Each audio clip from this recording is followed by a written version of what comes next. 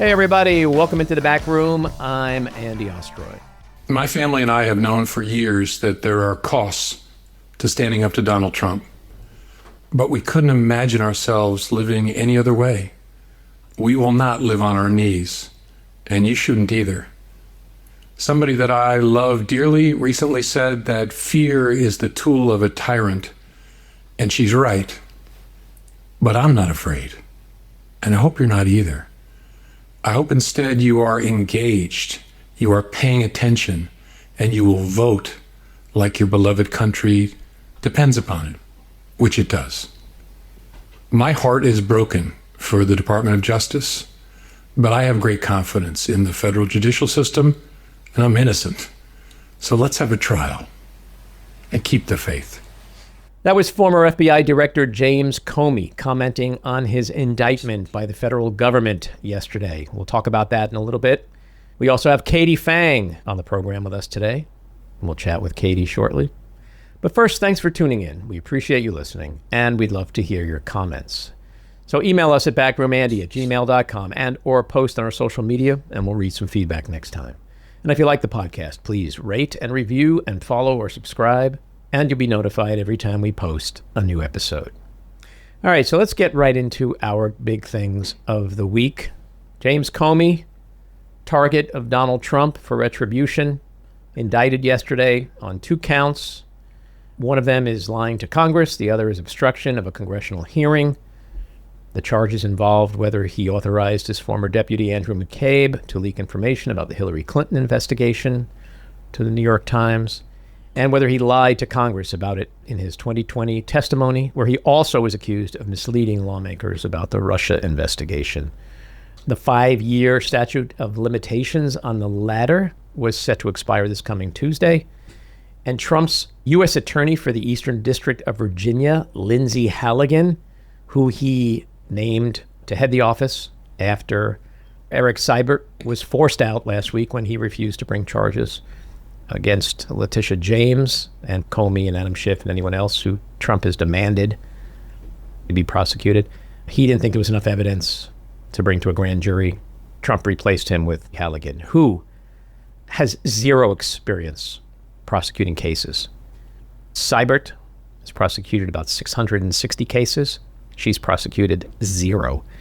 She was previously an insurance lawyer who Trump plucked out of obscurity to put on his White House staff secretary's office. She also served as a personal lawyer for Donald Trump. She's also a former beauty pageant winner, but she had never prosecuted a single case in her career. Now she heads up one of the most critically important and busy prosecutorial offices in the country. So she could not find any career prosecutor in the office to take the case to the grand jury. She did it herself. Now think about that. With her lack of experience, she's the one that brought it to the grand jury in a bare bones 2-page indictment with no specifics. She couldn't get anybody in the office to sign it. She's the only signatory. She brought 3 charges. Only 2 are in this indictment. The other one, which is a second false statement charge, was rejected by the grand jury, which is kind of rare. That doesn't really, even the judge said, this doesn't happen. But this is really important for people to understand. There's that old expression, a prosecutor can get a ham sandwich indicted. All you need is probable cause. That's it. That is a big leap from probable cause to getting a conviction based on evidence beyond a reasonable doubt. So a lot of people are saying this is just performative bullshit. It's intimidation. It's to scare people. It's to scare the next person who either speaks out about Donald Trump or who acts as a whistleblower, which doesn't minimize the impact to these people at all. I mean, this is very costly from a financial standpoint to defend yourself in court. There's an enormous emotional and even physical toll that being in a prosecution like this involves. Also, this entire case that's being brought against James Comey was already thoroughly investigated by the Department of Justice's Inspector General, John Durham. And he could find no evidence of any wrongdoing by Comey. So this is a true travesty of justice, but it's a really bad day and it's a sad day for America. Well, I think that Trump is on a mission to create a false historical narrative about everything that he's done in his life. This is why he's recently talked about going to heaven. He's talked about winning the Nobel Prize. He wants history to depict what he believes to be true in his addled brain. And so prosecuting Comey is part of that because he's so anti-Russiagate, as he calls it, that if he could get something on the record that Comey was convicted, obviously we all agree here, and everyone who studies this, that he's not going to get convicted. But I think Trump will settle for just indicting at the very least so that he can point to this and say, Russiagate, Russiagate, Russiagate. You know, it's interesting. Last weekend, he put out that now infamous Truth Social post to Attorney General Pam Bondi, literally demanding that she pursue prosecutions. And after the indictment, Trump praised the move in a post with all caps, "Justice in America." Earlier in the day, he claimed he had nothing to do with it. Let's play this clip. We have very professional people headed up by the Attorney General and Todd Blanche and Lindsay Halligan, who's very smart, good lawyer, very good lawyer. They're going to make a determination. I'm not making that determination. I think I'd be allowed to get involved if I want, but I don't really choose to do so. I can only say that Comey's a bad person. He's a sick person. I think he's a sick guy, actually. He did terrible things at the FBI. And but I don't know. I have no idea what's going to happen. I think you do. I had nothing to do with it, except everything. I mean, come on. You put out the post, right? You demanded that Comey be prosecuted. But here's the thing that's really important. He just made a martyr out of Jim Comey. If there isn't a bigger symbol for the left and independence, and dare I say moderate Republicans, a symbol of democracy, of the rule of law, of free speech, of everything we've been talking about these past 8 or 9 months. He's now the poster boy for all of that. And there's no case here. They're not going to win anything. I'm not a lawyer, but I know enough about the law that there's this little thing called a motion to dismiss, and it's based on frivolity and bogus claims, and judges don't like that shit. They don't like when you walk into their courtroom and say, "Your Honor, I've got nothing except this stupid little piece of paper. Can you please help me convict this guy?" That's not how it works.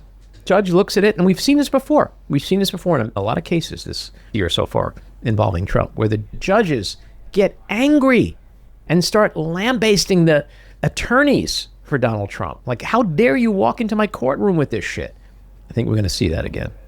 Although I agree with you in terms of theory, I can't imagine that he's actually going to be a martyr for the left because he supremely rat fucked Hillary Clinton, and Whoa!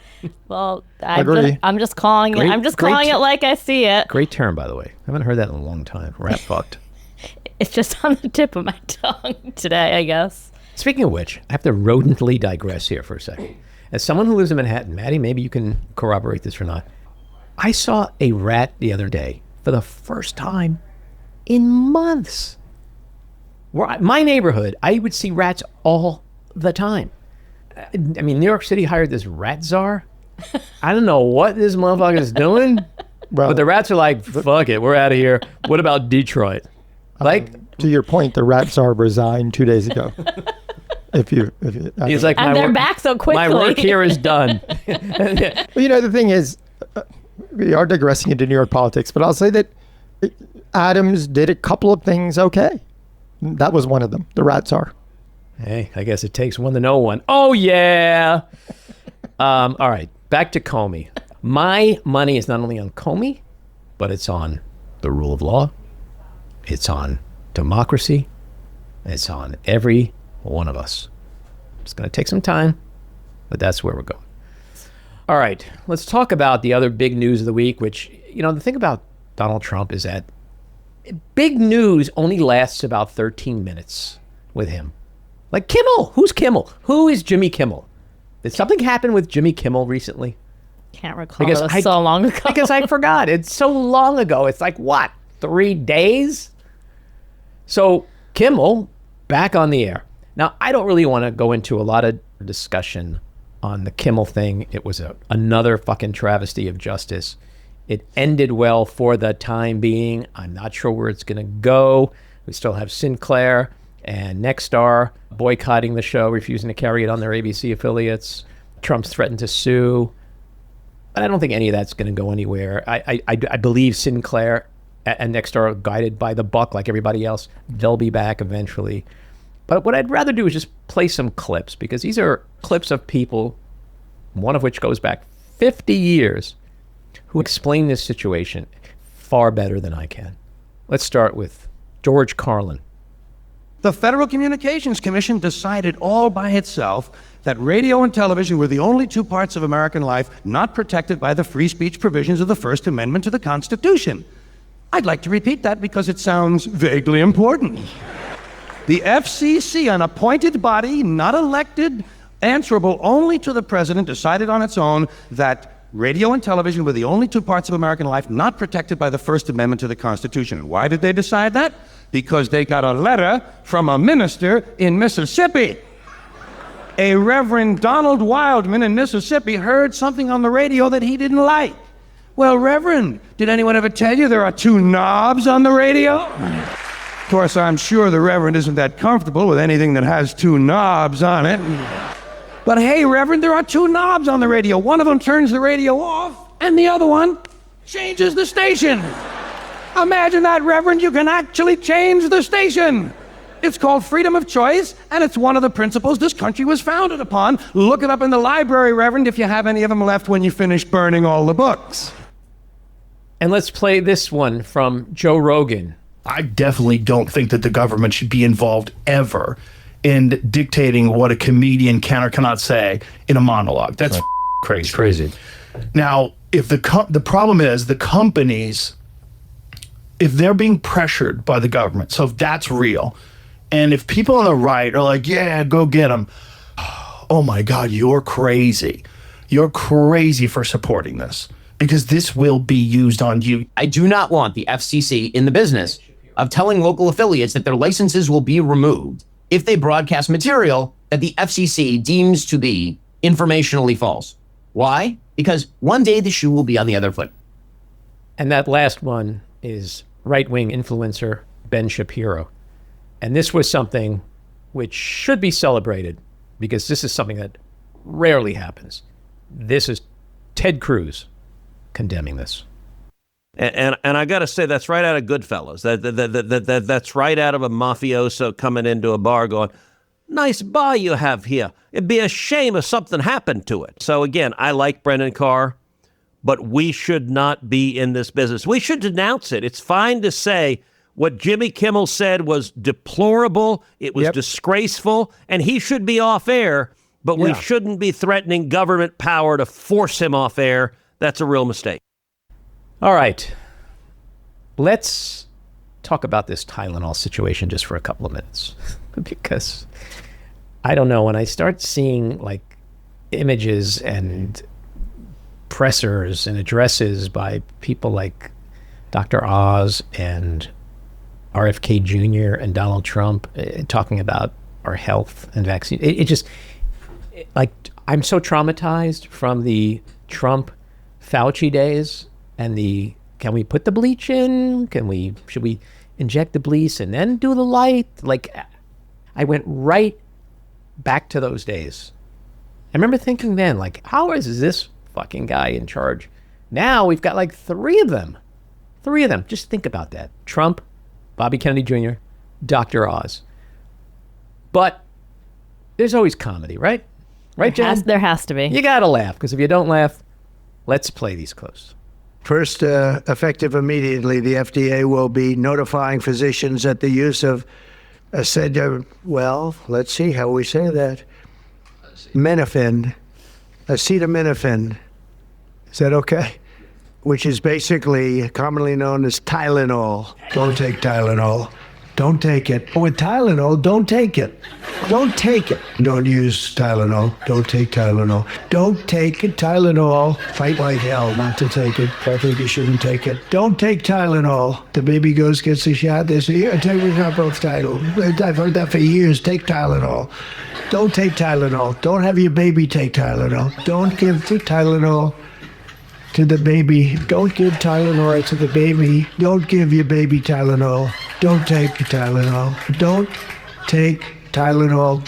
Don't take Tylenol. Don't take it. Don't take it. So that's it. There's nothing much to say. Don't take Tylenol. Just don't take it. And I just say it again. Don't take Tylenol. Don't take it. But can we take acetaminophen or whatever? Can we take that? Yes, just don't take Tylenol. Tylenol! I just want to make sure, because I'm not clear on what he was saying. Should we not be taking Tylenol? Don't take Tylenol! Don't. Wait, how does he say it? He does that thing. Tylenol! No, he's like, see the hell, lady! Or they call it Tylenol. I'm glad at least he didn't do that thing that he always does where he's like, they call it Tylenol. Anybody ever hear of that? You ever hear that word before? Not everybody heard of that before. Like, no one has ever heard of that. It's Tylenol. Like, when he does that thing, Yes. he'll take like the most commonly used word in the English language and be like, anybody ever heard of that before? Groceries. Thanks. Touche, sir. Oh my God, don't take Tylenol. The fucking people at Tylenol, man, they are like, wait a second. We had that thing like in the 80s or whatever, that scandal. Now we got this shit again. Oh, I forgot about that. Yeah. Yeah, well, they had recalled all the Tylenol because cyanide had been put in it. Tampered, yeah. Tampered. Look, yeah. Here's a little public service message. Dear America, whatever you do, whether you're a man, a woman, a child, a dog, or a cat, or a bunny, or especially a pregnant woman, do not, I repeat, do not take any medical advice from Donald Trump, Dr. Oz, and Bobby fucking Kennedy Jr. I hope I've made myself clear. All right, let's get to our winners and losers. My winner, the 12-foot bronze statues of Trump and Epstein prancing and holding hands erected on the National Mall on Tuesday because release of the Epstein files is not going away. My loser, the new Pentagon policy that requires credentialed press members to sign a pledge to not report information that has been authorized for release, including unclassified information or risk losing credentials that provide access to the Pentagon. My winner is Representative Jamie Raskin and Senator Richard Blumenthal for kicking off an investigation into the law firms providing free legal work for the Department of Commerce. My loser, any independent executive branch agency. SCOTUS overturned a century-old precedent when the right-wing majority allowed Trump's firing of the Federal Trade Commission's Rebecca Slaughter to stand.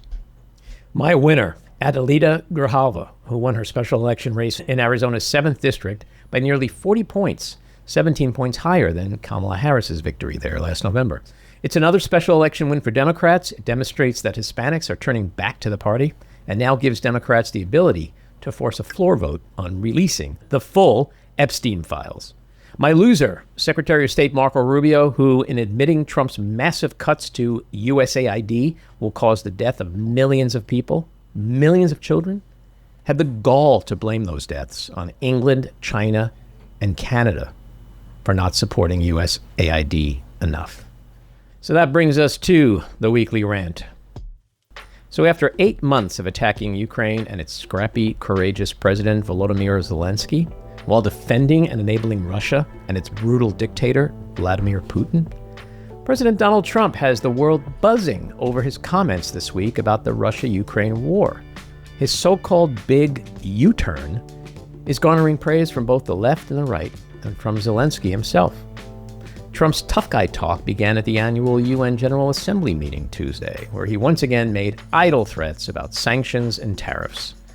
He then posted on Truth Social that Russia is weak and that Ukraine can, quote, win all of Ukraine back. And then he replied, yes, when a reporter asked if he believes NATO member nations should shoot down Russian aircraft if they fly over their airspace.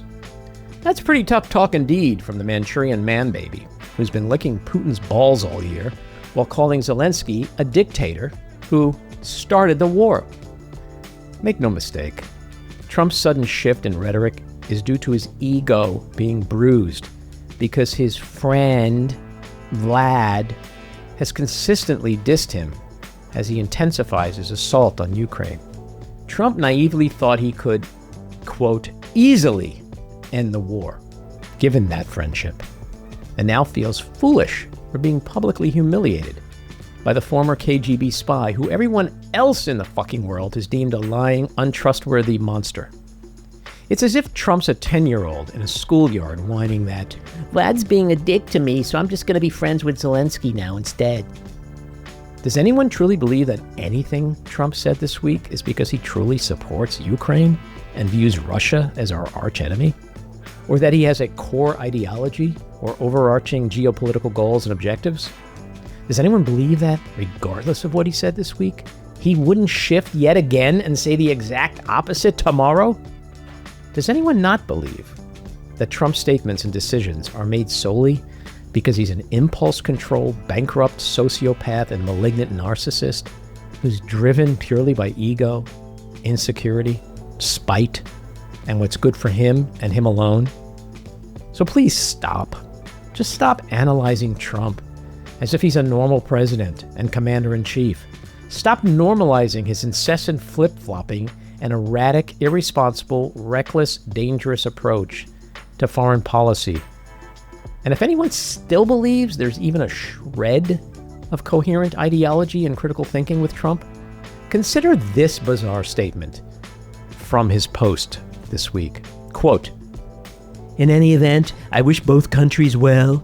We will continue to supply weapons to NATO for NATO to do what they want with them. Good luck to all. What the fuck? He wishes both countries well? Good luck to all? Seriously? This isn't a fucking Little League baseball game. It's a brutal war. Started when Russia, without provocation, invaded a sovereign nation, which is a critical, loyal democratic ally of the United States. A war being prosecuted by a murderous war criminal whose country seeks to decimate Ukraine and fully occupy it after. You don't wish them good luck, for fuck's sake. So no, I don't trust a word Trump said this week, because the nanosecond he feels insecure or threatened again, or Putin once again tells him to fuck off, the coward-in-chief will retreat as he's done many times before and turn on Zelensky and Ukraine again. Okay, let's get Katie Phang out here. She is an independent journalist and trial lawyer, formerly the host of the Katie Phang Show on MSNBC. Katie also has served as a legal contributor and legal correspondent for several media outlets such as NBC, MSNBC, and Fox News. She's had a front row seat to some of the most consequential moments in recent history, including the unsealing of multiple criminal indictments against Donald Trump, oral arguments before the United States Supreme Court on presidential immunity, and attending the only criminal trial of an American president. After several years in mainstream media, Katie departed cable TV to dive into independent media, launching her own YouTube channel at Katie Phang News and Substack at Katie Phang, leveraging her experience, including as a trial lawyer for more than 25 years, to provide compelling analysis and commentary on the latest legal and political issues across the globe. Katie, welcome into the back room. I'm so excited to be here. Thank you, Andy, for having me. You have been on my get list for quite a while, so it is an honor for me to have you here. So I'm really looking forward to chatting about all the craziness. So let's start with craziness number one, which is the breaking news that came last night that James Comey, former FBI director, has been indicted. Give me your take on all this. It's a pretty horrific assault on the rule of law and on our criminal justice system, or even more broadly, our judicial system. It eliminates the idea that prosecutors can act independently of influence, pressure, and coercion and intimidation. I mean, look, the Trump administration has made a hallmark of its time and tenure so far as being one that is relying on a campaign of intimidation and fear to get things done. And when you see the president of the United States weaponize the Department of Justice and every other federal agency that is within his control to be able to go after perceived political enemies and opponents, then we truly are having to call the time of death for democracy and the rule of law as now. And it sounds hyperbolic, and I know it kind of drives people crazy because we really are always saying that this is something to be alarmed about. But when I say that this is truly the break glass, 5-alarm fire moment, it is now. Trump has been hell-bent in, quote, getting James Comey for years. And, I mentioned the ironies are, pretty abundant. A lot of people say that it's James Comey's fault that Donald Trump made it into the Oval Office in November of 2016 as a result of Comey announcing his, investigation into Hillary Clinton. And I am truly begging and beseeching people to, I'm not here to litigate that, right? Like, I'm not here to substantiate or make you feel better about that emotional reaction, but we shouldn't be celebrating this in any way. If you truly believe in the idea that there should be independence in the way that criminal prosecutions are brought, then you should be terrified that the president can take the full power of the government to go after a political enemy. Do you think that people on the right, like in particular MAGA, even moderate Republicans, do you think they don't understand what you just said in the sense that they don't believe that this could ever happen to people that they support, that they voted for, that they believe are on the right side of history, for however you want to define that they really just do see it as vengeance on Trump's part, vindication for him? Because that's what it feels like to me. So it's funny. I think that there's probably, from what I've learned and what I've read about people that are squarely in the MAGA camp, I think some of them look at it as revenge, retribution, kind of tit for tat, eye for an eye, Hammurabi's code kind of energy. But I also think some people are saying, well, look, what's good for the goose is good for the gander. Biden did that to Donald Trump, right? They want to say that Biden and his DOJ prosecuted Trump because he was a political enemy of Biden. And yet the most amazing thing is you've never heard during the Biden DOJ prosecutions of Donald Trump that there were line prosecutors that prepared memos that said that there's no there when it comes to James Comey, that there was no evidence to be able to indict James Comey, that you shouldn't go after James Comey. None of that has ever percolated to the top at any point in time when you've talked about those prosecutions. And so I think for MAGA, they just think that this is something that, quote, we have coming. But here's the thing, for what it's worth, Trump is not always going to be in office. I don't care what he says about this bullshit third term. Republicans are not always going to have the trifecta of the House, Senate, and the Oval Office, which is why I am unabashedly and unashamedly saying that there will be a day of reckoning and accountability for people that have been doing things that are illegal and unethical at the behest of and to enable somebody like Donald Trump. Yeah, and to that point, I love what Eric Swalwell has been saying in the last few days. He's been saying just that the day of reckoning will come. And when Democrats do control Congress again, and perhaps there's a Democrat president, there will be accountability. I think the Republicans in Congress they're just too wrapped up in their fealty and their fear. I know they grasp that, but I just don't think that's their priority now. It's just more the people at home. It's like when you think about the Kimmel thing, it's like, do you want Alex Jones being canceled or threatened? Do you want Steve Bannon to be indicted? Like, I don't know if they're taking it to that level. But you raised a really interesting point before, which leads into a question I wanted to ask you, which is what also happened with the Biden prosecutions is that there was evidence, right? There was juries, there were convictions, right? It wasn't weaponization, no matter what they say. And Donald Trump wasn't some victim of a witch hunt. Donald Trump was a criminal who got held accountable for it. That's very different here. I do agree with what you're saying that I don't know if MAGA sees it that way, but I'm not a lawyer. You are. Do you think none of this has anything to do with the goal of prosecuting and getting convictions versus it's more performative, it's more for intimidation, it's more for fear, the chilling effect? You know, Comey's going to walk. I'm sure he's going to walk, and maybe right away on a motion to dismiss. But it's the next Comey, you know, the next Jimmy Kimmel. Isn't that really what this is all about? Yeah, so I think one of the things I really want to stress is it should never have gotten to the point where somebody like James Comey has to file a motion to dismiss, right? And I've made it very clear as well that Comey has privilege, right? He has the money, he has the wherewithal to be able to do this. There's people that have not only been through the system, that may potentially go through the system, that may not have the ability to do a full-throated defense the way that Comey is going to be able to do.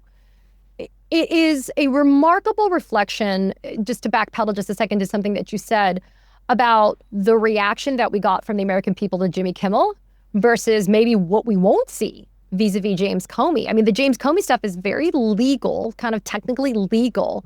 And that's why the messaging around it has to be so important for people to understand that when the system gets hijacked and when the guardrails are completely destroyed by Trump, that's when you really should be worried, because he's totally changing the rules of engagement.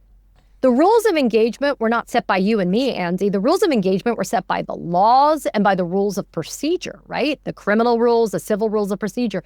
These are things that are supposed to be abided by. But when you handpick a contract killer like Lindsay Halligan, and listen, I have to say that in quotes because she's so incompetent and so inexperienced to be able to do this, that really the only qualification she has to do this is she is what I call a law lackey for Donald Trump. Mm-hmm.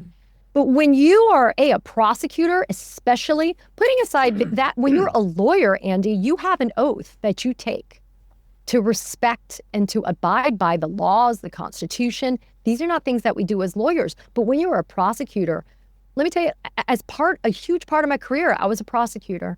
And some of the best advice I always got from smarter, wiser people than me, including judges, was to wield that power carefully. Because prosecutors are actually more powerful than the judges in a courtroom. Judges eventually get their hands on the cases, but prosecutors are the ones that get the ball started in the first place. Mm-hmm. And so, yes, maybe a judge will do the right thing by way of James Comey and kick the case, and quickly, hopefully. Maybe it'll end up in the hands of a jury where the jury respects its duty and its oath, and it does the right thing by James Comey, but it took a prosecutor to get this started. And prosecutors have people's liberty at stake. Comey is looking at 20 years on one count alone in federal prison for the obstruction charge. So it is a very real thing to initiate a criminal prosecution. And now somebody, an American citizen, whether you like him or not, though, he now has to defend against a politically charged retaliatory prosecution, a vindictive prosecution, just because he said no to Donald Trump and got fired from his job. I have to remind everybody, he got fired from his job because he wouldn't do what Donald Trump wanted him to do, which was wrong, years ago. And since then, he's been a thorn in Donald Trump's side. What does it say to you that she's handled this indictment herself, that she could not get any other career prosecutor to sign the indictment, that she's out there all alone, especially after Eric Seibert, who she replaced as U.S. attorney, resigned because he said there was no evidence there to present to a grand jury. So again, it's sort of like bolsters what I was saying before about this is not really about trying a case or getting a conviction. It's just all about intimidation. It's performative, but unfortunately, though, it's one thing to just take to Truth Social and say bad things about James Comey. This man now has a federal criminal case number. Right. Assigned to him in the Eastern District of Virginia. And I would say, I call Lindsay Halligan a useful idiot, but most of them are. Alina Habba is the same, right? Todd Blanche, Emil Bovee, they're all useful idiots. But I caution lawyers because your bar license could go by the wayside and be gone, a la Sidney Powell and Rudy Giuliani and Jeffrey Clark and Kenneth Chesbrough. I mean, the list goes on and on. Jenna Ellis, right? These are people that have had to pay serious consequences for doing what Donald Trump has asked them to do. And instead of, being strong and independent thinkers like Eric Seibert, they were like, okay, we'll just go along. And so Lindsey Halligan, useful idiot, has now put it all on the line because it's not just Trump that is going to be in the crosshairs of people that care about democracy. It's Lindsey Halligan. Mm-hmm. She is most certainly going to have to defend her law license. She's barred in the state of Florida down here. She has a non-existent career to speak of down here. She was plucked out of obscurity by Trump to become part of his legal team and has effectively done nothing of consequence other than dismantle the Smithsonian by claiming that there's racist stuff against white people there that has to be eliminated. I mean, that's her singular claim to fame. That, and she looks disturbingly like Hope Hicks. I mean, that's it. Right, wow. There's nothing else to say about her. And I don't relish, taking down a fellow female lawyer, especially, but she actually gives us a bad name. Is she even a member of the DC bar? Do you know? No, she's not even a member of the Virginia bar. Wow. And you don't have to be technically a member of the Virginia bar to be the federal prosecutor there, but shit, don't you think it would be helpful to actually know that rocket docket jurisdiction and know how it works? It is a singularly unique jurisdiction in that, for example, James Comey could go to trial as quickly as 30 days from now, right? It's kind of wild to think how fast things move, not just in criminal cases, but in civil cases. The judges there get a lot of the national security cases because they are kissing cousins, neighbors to Washington, D.C. There is a lot that goes down in that particular district court of Virginia. And now Lindsey Halligan is now responsible for prosecuting that. I've said this last night. I'll say it now. This Department of Justice cannot release the Epstein files for shit. Right. Can't get that done. But then they can go and present to a grand jury and indict a political enemy of Donald Trump. Oh, but somebody who's a friend of Donald Trump's, that was Jeffrey Epstein, can't get that information out. Ghislaine Maxwell, who's been, quote, helping Donald Trump, can't get that information out about her.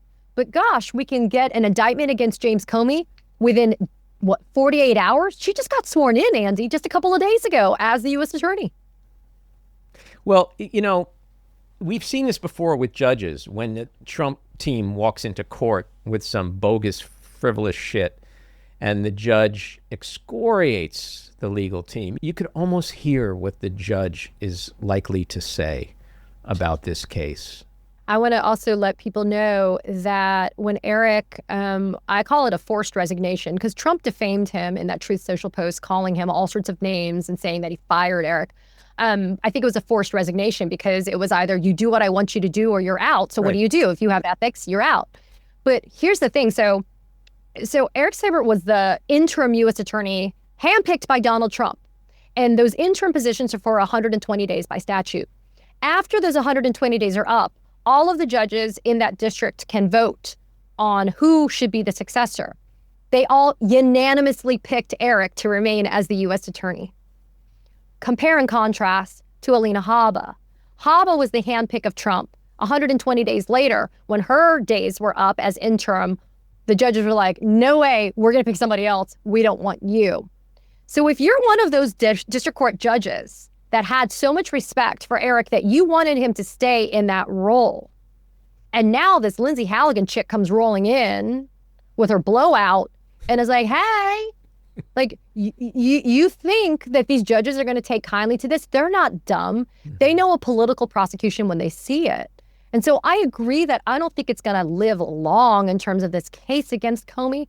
But gosh, Andy, it shouldn't have to be a part of our conversation, right? Like, you and I should be talking about whatever we want to talk about, because that's what the First Amendment lets us do. But we shouldn't have to talk about this. We shouldn't have to be worrying about if you and I run afoul of, Donald Trump, that he's going to sick Brendan Carr from the FCC on us, right? And pressure people. Well, thank gosh you and I are independent, right? Because that's the way to be these days. But sick somebody on us to try to get something done so that we can't speak out anymore. And in this instance, to silence James Comey so that he won't continue to be a thorn in Donald Trump's side. How much do you think his own posts, like the one he did last weekend, and all the comments he has made over the last few years about Comey, how much do you think that's going to help Comey's defense team with, a defense like selective prosecution or vindictive prosecution? those posts, especially from this weekend, will be Exhibit A for his defense attorney, Pat Fitzgerald, who is also had a storied and amazing career as the longest U.S. attorney in Chicago. That'll be Exhibit A for any motion to dismiss. And the fact that Trump's airing of grievances in those Truth Social posts about how, woe is me, I was indicted 5 times and prosecuted and all this other stuff and convicted. Why aren't you doing that to somebody else, Pamela Joe? I mean, that in and of itself also is glaring evidence that this is some type of retaliatory action that's being taken against a political enemy. This is when everybody needs to have a gut check about what they've signed up for. For those of us that didn't vote for him, we knew this was going to happen. For those of us that warned that Project 2025 was just seriously the obvious blueprint for how completely fucked up this country was going to be under his reign of terror, we all knew this was going to happen. But I urge people that are tuning in and listening that maybe voted for him or maybe didn't vote at all, right, that sat this one out in November for some reason, I would ask you to gut check right now and say, this can't possibly be what you signed up for. This can't possibly be what you signed up for. Do you think on that note that we are at some sort of inflection point which might build off of what we've seen in the last couple of weeks with the Jimmy Kimmel situation where you had Ted Cruz? Now, he didn't go right after Donald Trump. He targeted it more to Brendan Carr, FCC commissioner. But he was pretty forceful in his condemnation of canceling people over free speech. Do you think we're going to see more of that from the right, that there is a line that is being crossed here that they are not willing to accept? Some of them, at least.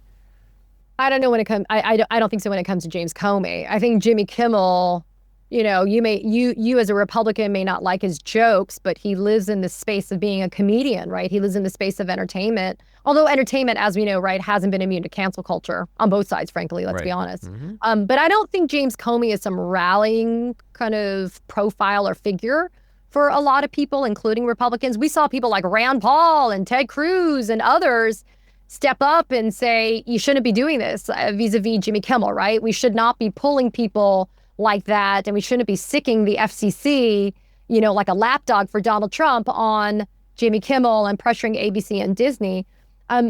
I don't think we're going to get that type of rallying behind somebody like James Comey, because the Republicans, including Megyn Kelly and others, have made it clear that they have never liked him. They think that he didn't do his job the right way when Donald Trump wanted him to do something wrong in Trump term 1.0.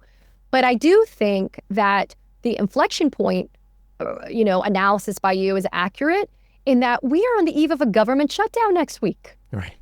And we have people that are filing for bankruptcy for American farmers. And we have people that don't have health care. And we have people that are now looking at tariffs that are insane. One of my good friends is disturbed because she just saw the announcement of tariffs that are impacting her job, which is she works in interior design. And you would think, oh my God, they don't care. Kitchen cabinets. What has he got against kitchen cabinets? Kitchen cabinets and the products and the materials that go into that. The tariffs are nuts, like 25% and higher.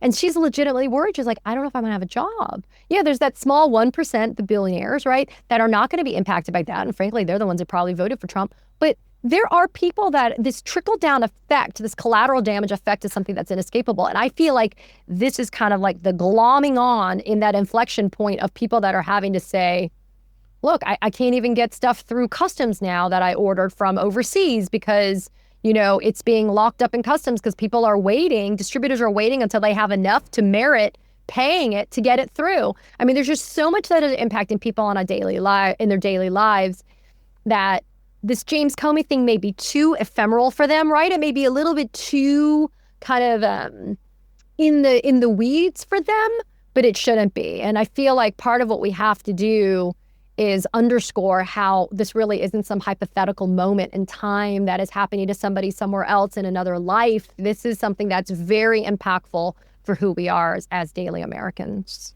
You mentioned people in the media, but do you think it has any resonance with people in Congress, again, using the Cruz example, and again, citing what Eric Swalwell said? Do you think some of these guys understand that they won't be in power always? And there have been unprecedented shattering of norms, institutions, boundaries, grossly unethical behavior, bordering on or even actual illegal behavior by a lot of what these sycophantic congressional Republicans have done this year. Do you think any of them are making that connection? Like, I could be James Comey in 4 years or 2 years. If they're not, then they're slow, because they should be. I mean, I think that you should not underestimate what the next kind of round of Democrats in power are capable of doing. At least, look, I will be very clear. I am so disenchanted with our electeds in D.C. right now, for the exception of a handful of them, that I don't count on them to get anything done. The level of disconnect between them and their constituents is so profound. And I feel like they are way too comfortable in their jobs, that they are prioritizing their jobs over their constituents. And that was never supposed to be the case. They are supposed to be the voices, the mouthpiece for their constituents that can't literally go to D.C. and advocate in D.C. Why? Because they're in California and Nevada and Florida and all these places. They are not able to be there.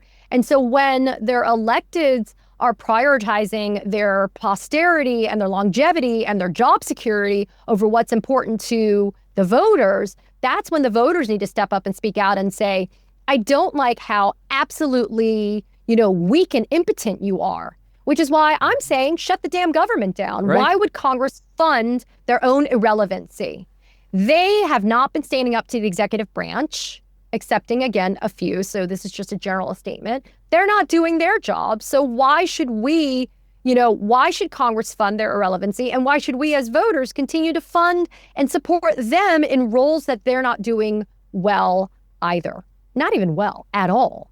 And so if it hasn't occurred to Republicans in the House and the Senate that not only are their jobs at risk, but they could also be looking at future prosecutions for their bad wrongdoings or future type of referrals for their conduct, then they really are asleep at the switch, aren't they? Because they really should be paying attention to what's happening right now. Because I am not above accountability and retribution. I'll tell you that right now. I'm not. I am your retribution. He told us. He did. He told us everything. But you see, I love when they go like, "Look, Donald Trump ran on this." It's like running on something and saying something out loud doesn't make it right or legal, right? But that's their justification all the time. Like, hey, he told us what he was going to do. But Andy, here's the thing, though: the man is singularly incapable of doing this by himself, and that's the thing. It's the efficiency and the level of efficiency. I mean, I've admitted this, Andy, and I'm not embarrassed to own it. I was one of the people that was screaming about Project 2025 for a long time. In fact, it impacted my job at MSNBC, right? I had been speaking about this for so long, but I underestimated how well they could do it and how quickly they did it. Yeah. It's only been, what, eight months, almost 9 months that he's been in office, January 20th, right? Of 2025 or so. It's terrifying, the level of efficiency that they have achieved when it's come to dismantling what's going on in our country. And so I didn't underestimate what they were capable of. I just underestimated the speed by which they were going to be able to kick it all in. Yeah. And, what do you think is going to happen going forward with the threats he's made against Adam Schiff, against Letitia James, John Bolton? You're going to see an indictment against, you'll see an indictment against Tish James in the next couple of weeks. Adam Schiff may be a little different, but to hell with it. I mean, look, Andy, we don't know what presentation of evidence happens behind closed doors at a grand jury, right? So I don't know what presentation is being made for an Adam Schiff indictment, and could be enough for a grand jury to say it. Grand juries indict ham sandwiches. DC grand juries don't indict Subway sandwiches, but most grand juries indict ham sandwiches, as it said, and that's not a ding on grand juries. But they are only going off of what is presented in a one-sided way. The defendant and his criminal defense attorney, they're not present in a grand jury. They don't get the chance to push back against the presentation of evidence. Right. It's hearsay. You could go in and say, well, let me tell you what my investigation revealed. And I spoke to 14 different people, and they all said that Donald Trump did X. And they just have to present probable cause. That's it. That is it. It is not the standard at trial. And a big difference between that and presenting evidence beyond a reasonable doubt. Huge difference. Yeah. Huge difference, which is why if an indictment gets returned by a grand jury, then the sufficiency of it gets tested immediately. Immediately it gets tested by a criminal defendant. And there are motions and there's things that can be done to attack the sufficiency of that indictment. But really, unfortunately, the system is set up and established in a way that once that indictment's returned, you pretty much now have to be on the back of your heels. But I am telling you and everyone, do not underestimate James Comey. This dude has seen this shit coming, right? Like if there was anybody who understood I would that imagine he he's was very in the prepared. crosshairs, that guy, and that guy is like the stereotypical straight-laced button-up G-man, right? Like he is the FBI. Like that dude is prepared.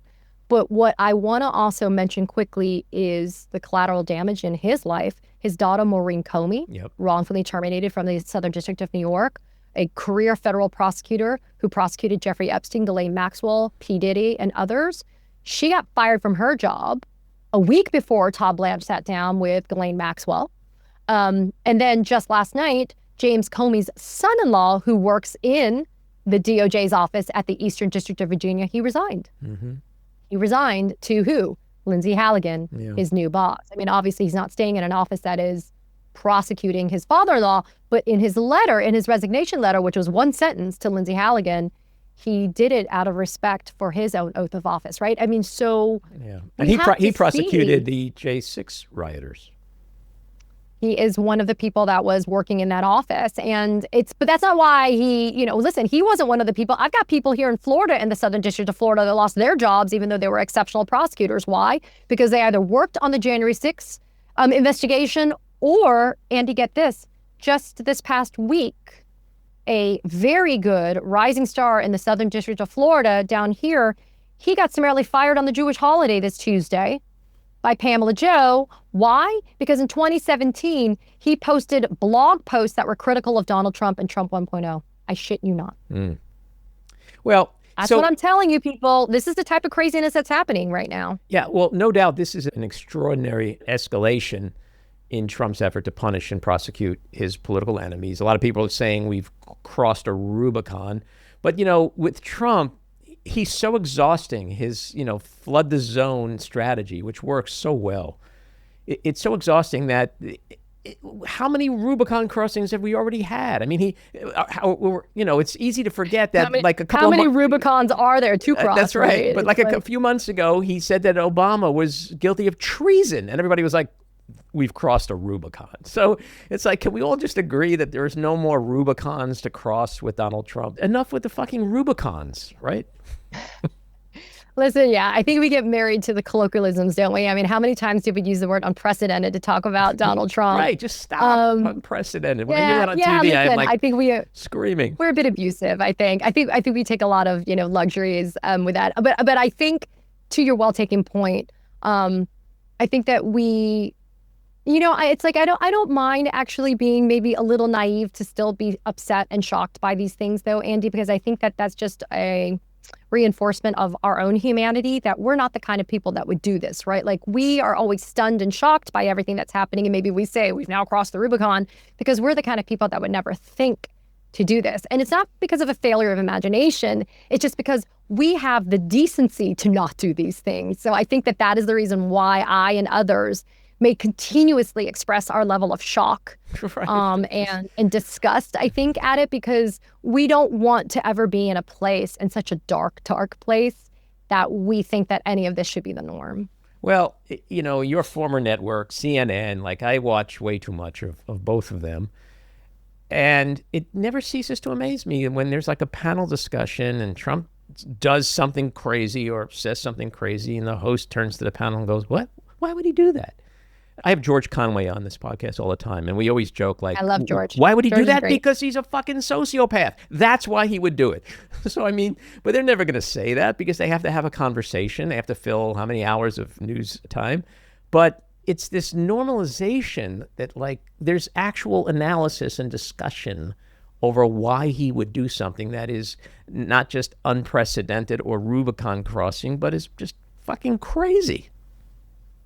And that is where American media, at least mainstream media or legacy media, traditional media, whatever moniker you want to use, Andy, that's where they have been failing Americans. That never should be the focus of a conversation on cable. But cable news is becoming irrelevant, not only on the objective metrics of viewers, but I think it's because people don't want to tune in and hear something like you're saying. I also think that if we really have crossed the Rubicon, and if we really are in this place, Andy, that is just so alarmist, then why are we not having that sense of urgency and exigency from our traditional media sources. Instead, we get both sidesisms.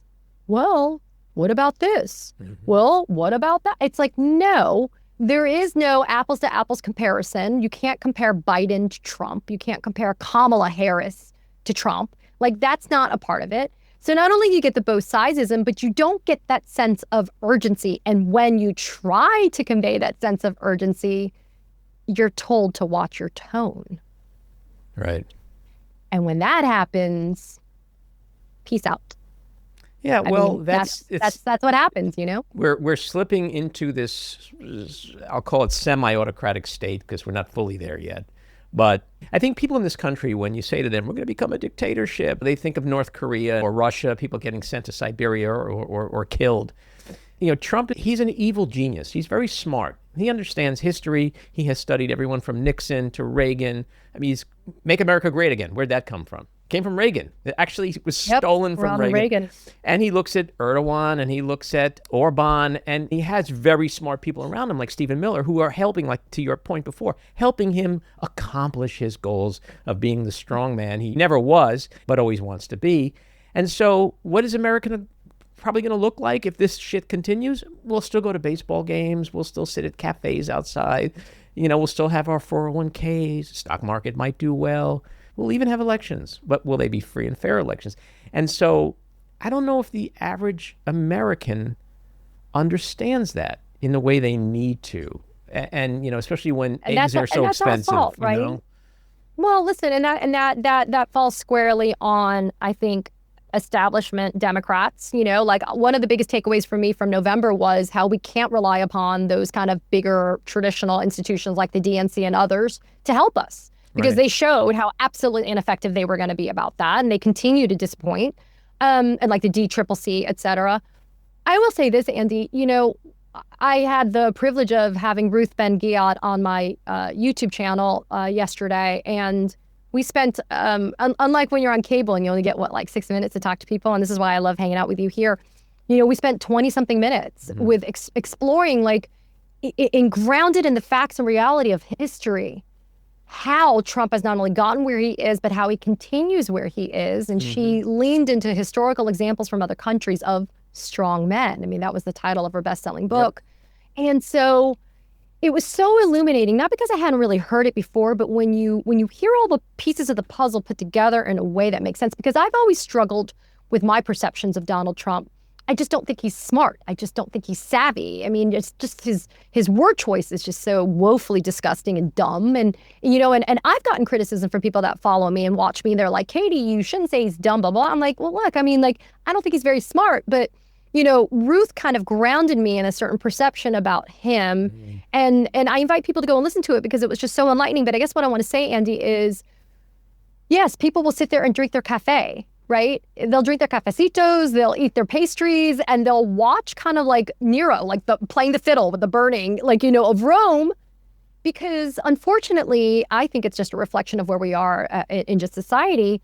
We have to be directly impacted by something for it to kind of make us feel like galvanized or engaged. Right. And that's why I'm urging people, run for office, run for school board, run for local and state office.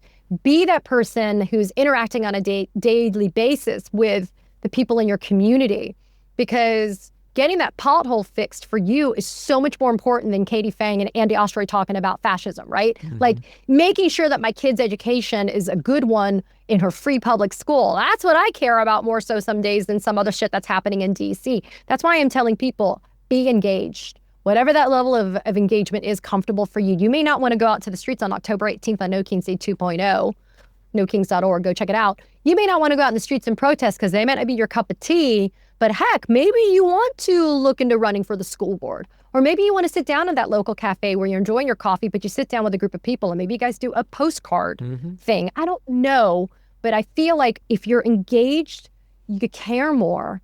And it's more immediately impactful on you on a personal level. And that is why I am urging people to find that space and to find it quickly, because 2026, those midterms are around the corner for us.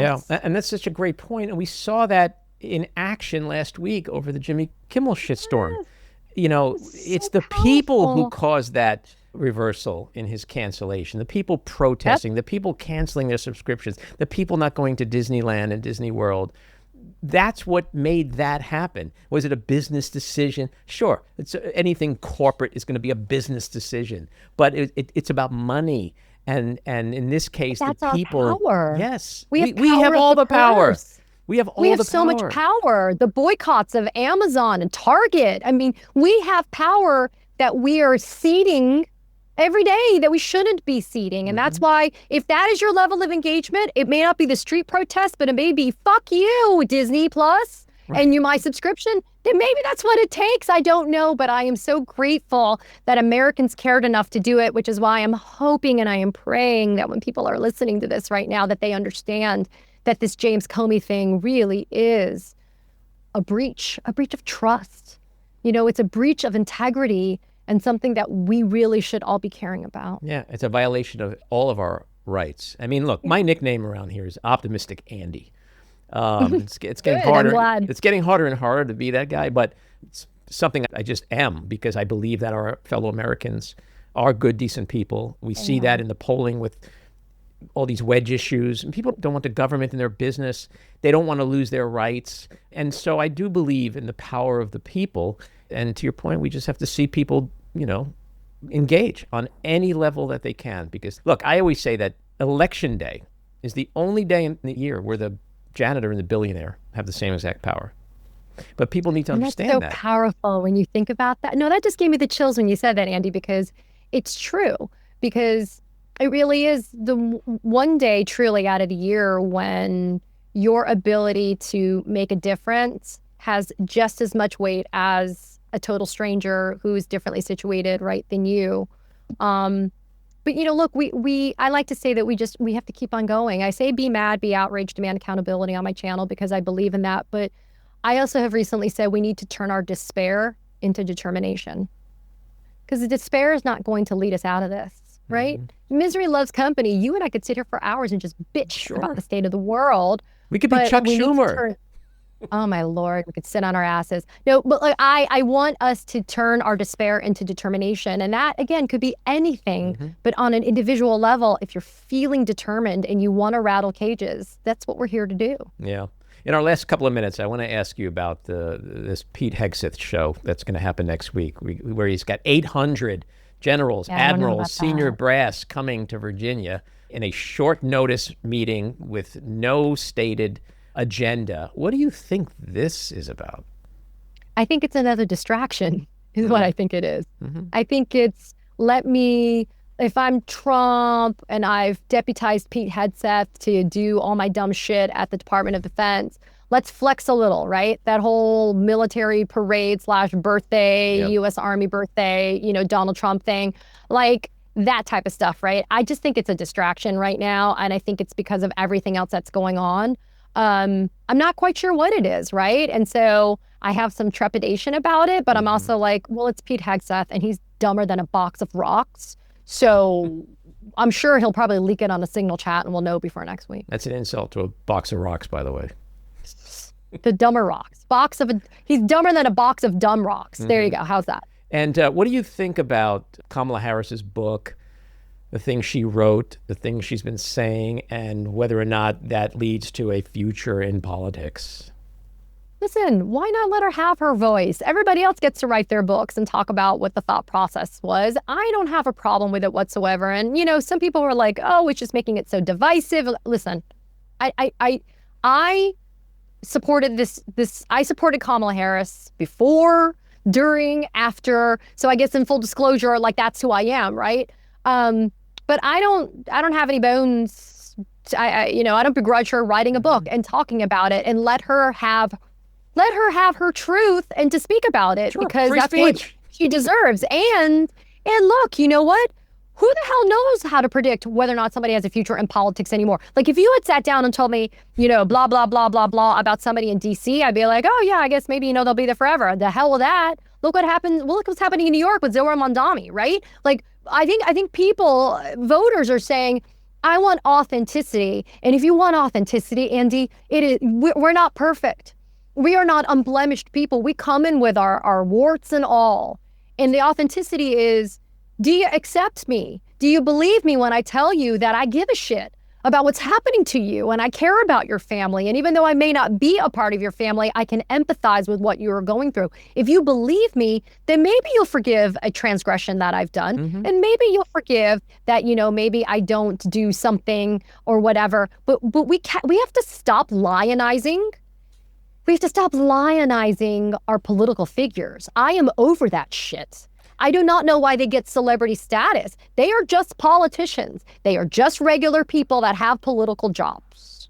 And I'm tired of putting them on pedestals because I don't think they've earned it, frankly. No, but it's also the double standard you were talking about before. It's like people are questioning whether Harris has a future in politics, yet there's a convicted felon sociopath in the White House. And as Jimmy Kimmel said the other night, like, I'm not surprised that you gave me my job back, but I am surprised that you gave Trump his job back. Like, I mean, there's no conventional wisdom anymore, right?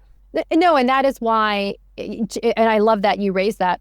If Donald Trump can get elected into office the first damn time, and then he can get reelected the second time, Harris can then run. Who the hell are you to be sitting there saying shit about somebody like Kamala Harris trying to get into office again, if at all, right? That's my point. I think you just articulated way better than me. There is something, for what it's worth, hate him, which I do, Donald Trump, or love him, which I certainly fucking do not do. There's something very authentic about him. Yep. He has his he's special authentically sauce. fake. He has his whatever it special is. sauce. Katie, thanks so much for coming on. He got that special sauce from McDonald's, right? Because he loves his Mickey D's. So there you go. That's an insult to McDonald's special sauce. Sorry. Katie, thanks so much for coming on. This was great, and do come back again. Thank you for the invitation. It's been a privilege, Andy. Thank you so much. Alrighty, bye-bye. This episode was produced and edited by me, Andy Ostroy. It was co-produced by Maddie Rosenberg and Jen Hammoud for Radio Free Rhinecliff, with additional editing by Maddie Rosenberg, music by Andrew Hollander, and graphic design by Cricket Langell. And with a special thanks to our sponsor, The Epicurean. Again, thanks for listening. Please rate and review wherever you get your podcasts, and subscribe to the Backroom with Andy Ostroy YouTube channel, where you can watch full videos of our interviews. See you next time.